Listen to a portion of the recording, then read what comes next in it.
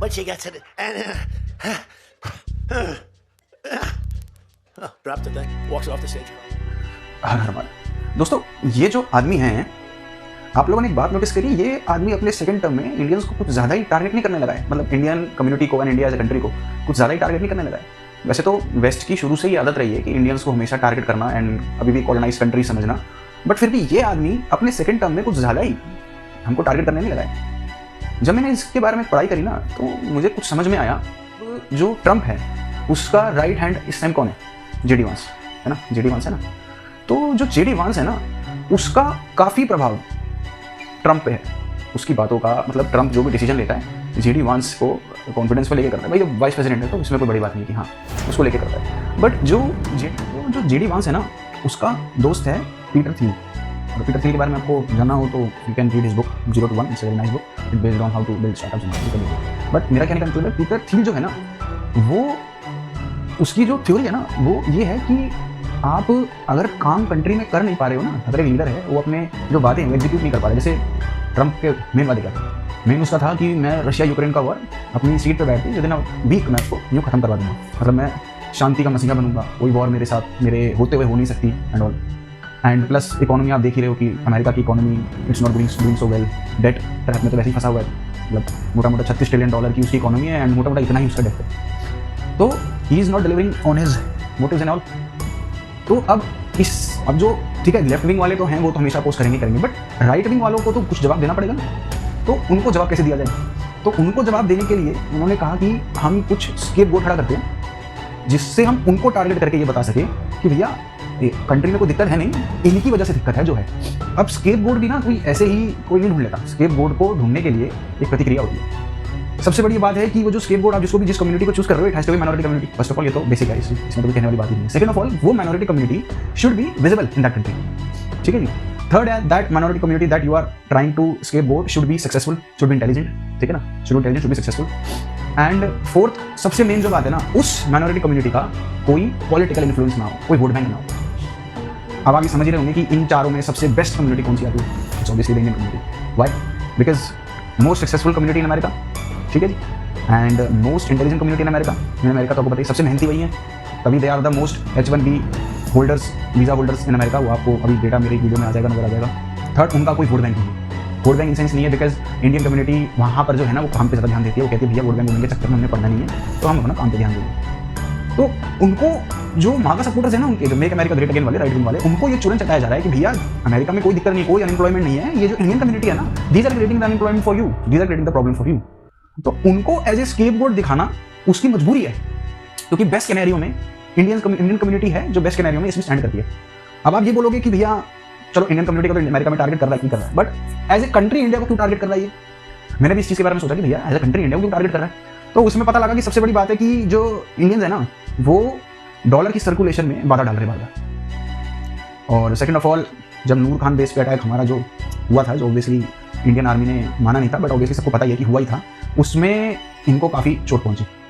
और भी काफ़ी रीजंस हैं, बट मेन मैं ये कहना चाह रहा हूँ कि जो डॉलर का सर्कुलेशन इंडिया ब्लॉक कर रहा है ना बार बार वर्ल्ड में, उस वजह से भी अमेरिका नाराज है एंड स्पेशली ट्रम्प बहुत नाराज। एक पॉइंट इसमें और भी है, इंडिया एज ए कंट्री हमारे पास अगेंस्ट अमेरिका कोई लेवरेज नहीं है। लाइक चाइना के पास लेवरेज है। उसने, जैसे आपने अभी देखा कि चाइना पे उसने टैरिफ लगाया था, उसने तो उसके रेयर अर्थ की जो नल था वो बंद कर दिया। उसने कहा भैया मैं रेयर अर्थ ही नहीं दूंगा, क्योंकि सबसे बड़ा रेयर अर्थ को साफ करके प्रोसेस करके देने वाला 75% या 80% शेयर चाइना का है। तो उसने तो मना कर दिया कि भाई मैं तुम्हें रेयर अर्थ ही नहीं दूंगा। Rare earth is a big leverage for China, उससे अमेरिका डरता है। तो चाइनीज कम्युनिटी को तो वो टारगेट करता नहीं है। ऐसा कोई लेवरेज इंडिया के पास है नहीं। इंडिया के पास सिर्फ मैन पावर तो है, बट कोई लेवरेज नहीं है जो हम चाइना अमेरिका को टारगेट कर सके या कुछ कह सके। तो ये देखते हुए भी इंडियन कम्युनिटी और India is a great choice to make the scapegoat. तो ये सारी चीज़ें मद्देनजर रखते हुए मेरे ख्याल से Trump is very much targeting दोस्तों। इस चीज़ का जो सार निकलता है ना, वो बेसिकली ये कि जैसे कई लोग अभी मोदी जी को टारगेट करते हैं कि भाई इतना कुछ अमेरिका में अगेंस्ट इंडियन हो रहा है, तो इसमें आप इतना जो बाहर जाते हैं विदेशी दौरों पे, उसके बाद भी ये सब इंडियन फेस कर रहे हैं। तो इसमें मैं कहता हूँ कि करंट गवर्नमेंट का, मोदी जी का कोई इसमें कोई लेना देना है नहीं। इसमें दो मेन जो मैं समझ पाया जो मेन गलती है मुझे है कि अब जो इंडियंस हैं वो इतने साल से अमेरिका में काम करा, मेहनत करी, इतने सारे पद हासिल करे, बड़े बड़े जैसे बड़ी बड़ी कंपनीज के CEOs हैं, डॉक्टर्स हैं, इंजीनियर्स हैं, बट उन्होंने अपना कोई एक्टिव वोट बैंक नहीं बनाया आज। अब जब तुम वोट बैंक नहीं बनाओगे ना, तो भाई वो तुम कमज़ोर की श्रेणी में ही रहोगे एंड टारगेट करना तुमको बहुत आसान हो जाएगा। वही हुआ है बेसिकली। सेकेंडली, इंडियन गवर्नमेंट ने ऐसा कोई भी, पहले की इंडियन गवर्नमेंट में ले लो और मोदी जी की गवर्नमेंट भी, ठीक है मैं मानता हूँ, ठीक है 11 साल हो गए आज, तो उन्होंने अभी तक कोई ऐसा लेवरेज अटेन नहीं किया अगेंस्ट अमेरिका कि हम उसको अमेरिका को हम कुछ कह पाएँ इस चीज़ के लिए। Although China did all this in last 40 to 50 years, कि वो इतना लेवरेज अपना बना पाई, तो मैं इन 11 सालों को कम और पहले की जो सरकारें रही उनको मैं ज़्यादा तवज्जो दूंगा, क्योंकि ये चीज़ कोई 2-4 साल में या एक आध डेकेड में नहीं होता है, इसमें डेकेड्स लग जाते हैं, 4 to 5 डेकेड्स इनमें नहीं होते।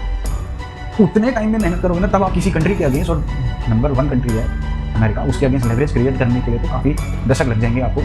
तो इसलिए मैं प्रेजेंट गवर्नमेंट से ज़्यादा पास्ट गवर्नमेंट को इस चीज़ के लिए बोलूँगा कि आप लोगों ने कोई लेवरेज नहीं क्रिएट कर पाए कि हम अमेरिका के अगेंस्ट कुछ करें। प्लस मैं एक बात और भी बोलूँगा अब लास्ट में मैं, कि ट्रंप जो है ना वो इंडियंस को हेट नहीं करता, दैट इज़ फॉर श्योर। उसकी पॉलिटिकल मजबूरी है कि उसको कोई स्केपगोट चाहिए ही चाहिए। अब आप उस स्केपगोट की श्रेणी में बिल्कुल फिट आ रहे हो तो उसमें उसकी कोई गलती नहीं भाई, उसको तो अपनी पॉलिटिकल बिल पूरी करनी है, नवंबर में उसका मिड टर्म है भाई, तो वो तो करेगा ही करेगा, आपको मान के चलना पड़ेगा भाई। तो उसकी इस चीज़ में कोई गलती नहीं है और ना उसका कोई पर्सनल वेंडेटा है आपके अगेंस्ट। बट हाँ, अब आप उस श्रेणी में फिट आ रहे हो कि जिससे उसको फायदा हो सकता है, तो वो तो भैया उस चीज़ का फायदा उठाते हैं, इसमें उसकी कोई गलती नहीं है। तो मैंने कहा कि आपसे एक बार ये बात शेयर कर सकूँ, इंडियंस को अपना वोट बैंक, जिस भी कंट्रीज में रहते हो आपको अपना वोट बैंक मजबूत करना ही पड़ेगा। अगर आप नहीं करोगे तो आप स्केपगोट बनेंगे। तो हमारे जो ट्रम्प दादा हैं वो अपने सेकंड टर्म में ऑफिशियली 20 जनवरी को विराजमान हुए थे, 20 जनवरी 2025 को। तो 4-5 महीने तो वो अपने 100 डेज 100 फाइल साइन करना एंड रशिया यूक्रेन की वॉर को खत्म करने में लगे हुए थे, तो उनके पहले 4-5 महीने उसमें निकल गए। उसके बाद फिर हमारा ऑपरेशन सिंदूर हो गया, तो हमने उनके अनऑफिशियली नूर खान बेस पे हमला करा, तो वो उस वजह से थोड़ा परेशान हो गए। फिर उसके बाद उनका ईरान के साथ झमेला हो गया था, वो आप सबको पता ही है। फिर उन्होंने मिडनाइट हैमर किया था, तो मोटा मोटा इन चीज़ों में वो लगे रहे।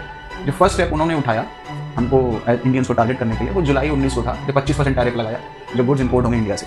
उसके बाद 1 अगस्त को उन्होंने 25% का रेसिप्रोकल टैरिफ फिर से लगाया, टोटल मिला के 50%।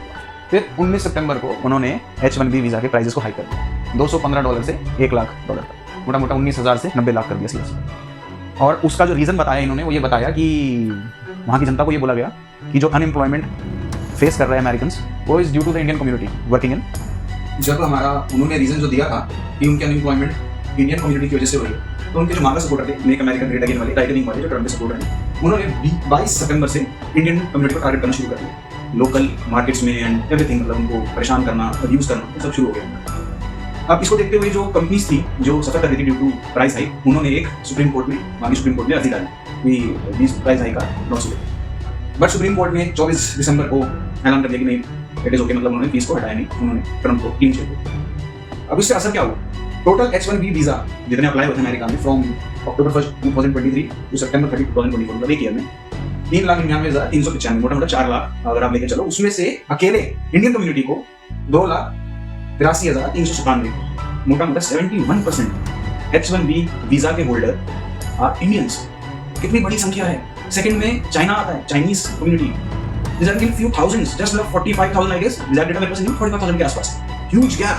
अब आप देख लो कितनी आसानी से how Indian community can be used as a scapegoat। This was I was talking about।